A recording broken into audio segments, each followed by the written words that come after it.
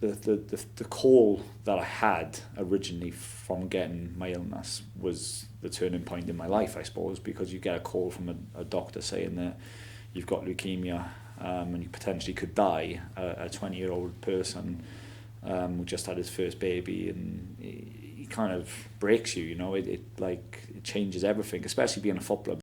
Football, sliced and diced with Sedgemoor FM and Apex Soccer Group. Welcome to Slice and Dice, a podcast where we have open and honest conversation about grassroots football. Whether you're a club official, a player or a fan, we've got something for you. So why not tune in, subscribe and join our ever-growing football community. Let's start with football and tell us about where it began and how you got to going back to Eastleigh. Well, it's gone back some time now. I mean, it all started I live in Swansea as a young boy, growing up with my brothers, 3 brothers. Love football, all of us. My dad was a massive, fanatical fan of Arsenal Football Club. Okay. Tried to get us all to be sort of fans of Arsenal. And then we just played football every day as kids growing up. My dad used to get us out there kicking the ball every single day. And we used to beat each other up and do the normal things that boys do, and wanted to all be football players. I wasn't the most talented by far of the 4 of us at that age, but my oldest brother was probably the better footballer, as in technical ability. But as the years went by, I became a professional footballer at my dream club, Swansea City, and then from there it kind of developed. I made my debut as a first team player for Swansea City, which was incredible. And then the sort of days went by, and you become a professional footballer and get into a bubble, and then you get released as a young player and have to move away, and then kind of the story goes on from there, basically. So where did the journey take you? What clubs have we been round to? Well, so many really. I mean, even as a young boy, I didn't get to Swansea City. First of all, I wanted to. As I said, I wasn't technically brilliant. I can always say that. I'm very honest with that. But what I had is loads of heart, desire, and I was a very much. I probably couldn't play now because I used to tackle like mad. Yeah. But anyway, I got picked up. I was playing for Swansea schoolboys, and I got picked up by a Man United scout, and had a trial for Man United. Which was incredible. You kind of think, wow, I've gone from nothing to having a trial for Man United, and then obviously Swansea City got hold of that and heard about it. And then they said, can you come in and trial for Swansea City? Because I didn't get in with Man United, which I didn't expect anyway, but I kind of played left back as well, which I'm right-footed in the trial, which was kind of like waste, you know. It could have been different, who knows, but yeah, so then I went to Swansea City. A long career playing, managing, assisting, coaching, bits and pieces, and I ended up at Yeovil Town Football Club, which was a club that I loved my time there. It was very indifferent sometimes and very successful, and not successful as well. So you kind of have a mixture of everything. And then kind of my time come to an end. I believed in myself, and I thought, you know what, sometimes you can be somewhere too long in football, and it probably was at Yeovil, and then an opportunity just come out of the blue. They approached the football club, asked me to go back. We always had a good relationship, me and the chairman, who was there prior when I first went in. Very great guy, a very, top guy, who always said to me, I know I sacked you, which is never nice, obviously, as a football person. But he said, one day I will bring you back, and I was like, okay, we'll see. And he kind of just take it as a pinch of salt. But he lived up to his word, and he counted Yeovil come to me, and then we had the conversation, and it felt right. It felt the right time. So before we move on to other events of your life, just as a young player, and there's lots of young players that are listening, what advice would you give to young players who are going through similar processes to what you did, and what would you say to them about sort of sticking with it and just believing in themselves? I think massively believing in yourself, because there's so many opportunities. I think the old saying, one door closes, another one opens, is very true, because I think it's about putting yourself in the right place at the right time and having that bit of luck. But you only get luck by working hard, and if you do that as an individual and you dedicate yourself to the game and enjoy it as well, because I think that's important. You have to be a goal-happy person, because I think you gain luck by that. I think I'm probably evident of that in my career, where if you'd ask my school teacher, would I be a director of football in any time in my life, they probably would have said no. Do you know what I mean? And that's just life. That just happens. I think you have to earn that luck. In your late 20s, there was a significant life event for you, and you were diagnosed with leukemia.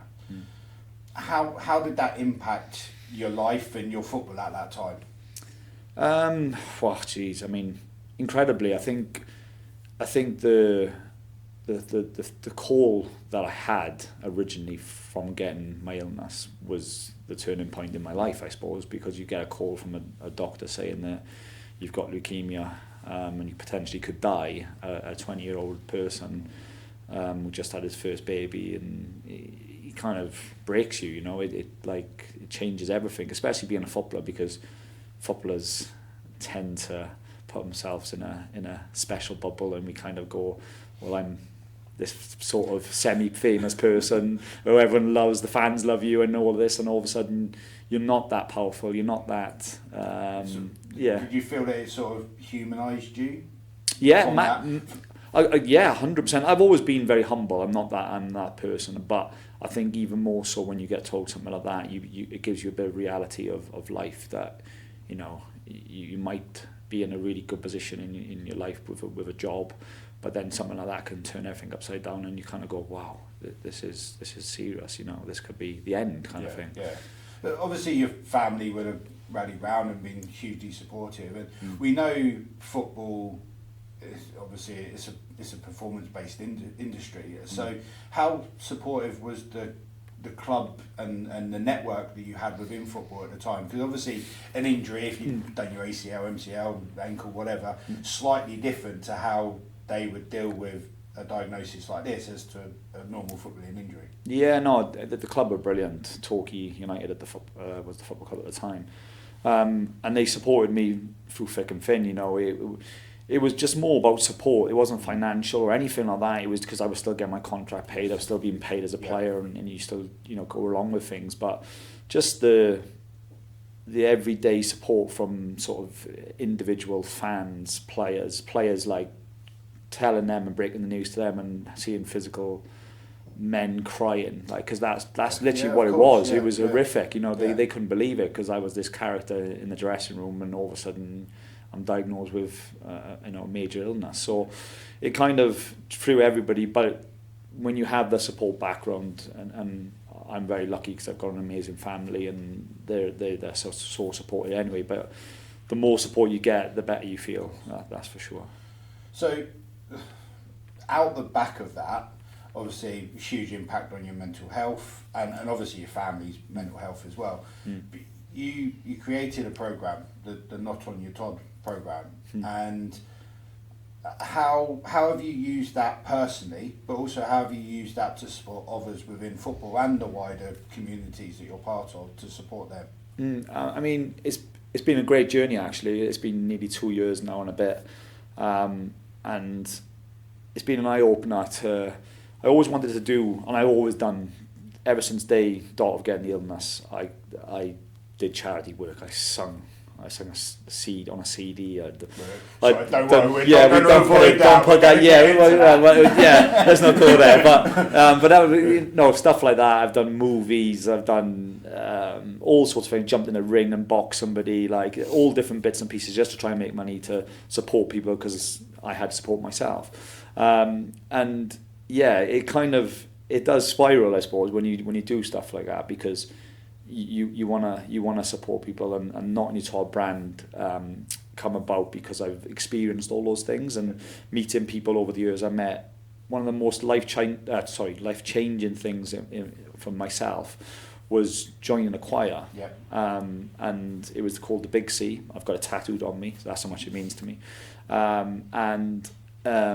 met some incredible people, because everybody in the everybody in the choir, they'd all had something to do with cancer.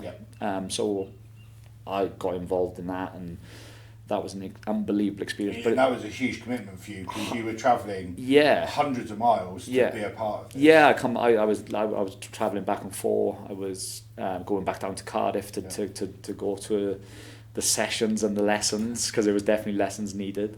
Not a natural singer. No. That Well, would say surprise that. people being Welsh. No, I actually love the karaoke, and anybody who knows me. So what's the go-to? I'll probably do Stereophonics. I'll do Dakota. I'll do the Scientist, Coldplay. So I do love my music. So anyway, but that's another story. But yeah, joining the choir was brilliant, just because of the people. The people were the big factor in it. Is that I would go and see them, and I was able to open up. So that's where Not On Your Todd comes from. When you can speak to somebody who relates to you very well, not like on a personal level, because you couldn't do that to your mum and dad. You couldn't open up and say, I feel like I'm scared. You don't want to do that, because you don't want to scare them. No. So when you're with people you can relate to, who have some similar problem, it was very easy just to be relaxed and tell my story, and they would tell me stories, and they make me feel better. So that's kind of where the Not On Your Todd comes from, really, is that aspect of supporting people, being able to open up and having that conversation. Fantastic. Thank you for listening to Sliced and Dice. Don't forget to subscribe in your favourite podcast app, and follow us on Facebook and Instagram for more grassroots footballing stories. And be sure to tune in Saturday afternoon to our sports show on Sedgemoor FM, your home for local football. See you next time.